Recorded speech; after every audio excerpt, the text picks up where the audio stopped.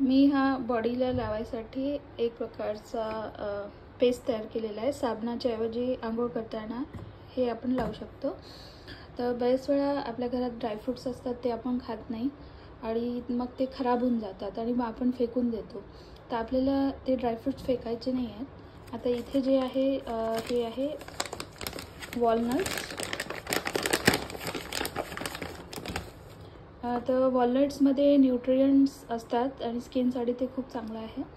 तर 4-5 आपल्याला वॉलनट्स घ्यायचे आहेत, कारण 40 किंवा 45 नंतर स्किनवर रिंकल्स वगैरे येतात आणि आपली स्किन खराब होते। तर स्किन चांगली ठेवण्यासाठी साबणाच्या ऐवजी हे प्रकार तुम्ही ट्राय करू शकता।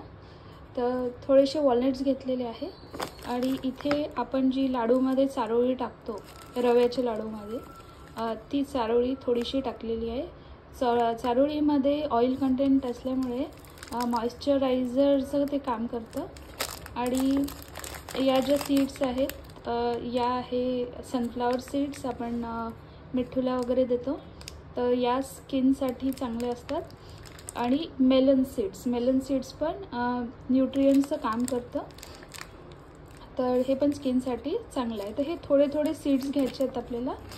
आणि इथे आपण जेव्हा ड्रायफ्रूटचे लाडू बनवतो तेव्हा आपण डिंक घरी आणतो आणि मग थोडंसं वापरल्यावर ते कमी येत नाही, मग ते बरेच दिवस पडलेलं असतं। आणि आपल्या घरात जर गोड लोक खात नसेल जास्त, तर मग डिंक वेस्ट जातं। तर हे जे डिंक आहे याच्यामुळे ज्या स्किनवर रिंकल्स येतात त्या दूर होतात।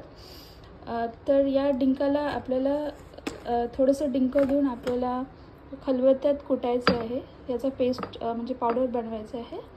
आणि मिक्सरमध्ये थोडंसं पाणी टाकून हे जे सगळे इन्ग्रेडियंट्स आहेत थोडंसं पाणी टाकून असं याला आपल्याला पेस्ट करायचं आहे। आणि ह्या भांड्यामध्ये 2 ते 3 टीस्पून मी गव्हाचं पीठ घेतलेलं आहे। तुम्हाला जर बेसनाचं पाहिजे असेल तर बेसनाचं पण तुम्ही घेऊ शकता। थोडीशी हळद तुम्हाला टाकायची आहे आणि हे पेस्ट याच्यात टाकून मिक्स करायचं आहे। आणि हे स्क्रबरचं पण काम करतं, गम जे आहे। आणि हे पेस्ट तुम्हाला आपल्या पूर्ण बॉडीला लावायचं आहे आणि 5 मिनटं ठेवल्यावर पाण्याने बाथ घ्यायची आहे। आणि साबण लावायची गरज नाही। दिवसभर तुमची जी स्किन आहे ती चांगली मॉइश्चरायझर झाल्यासारखी वाटेल आणि तुम्हाला क्रीम वगैरे काही लावायची गरज पडत नाही। तर नक्की ट्राय करा।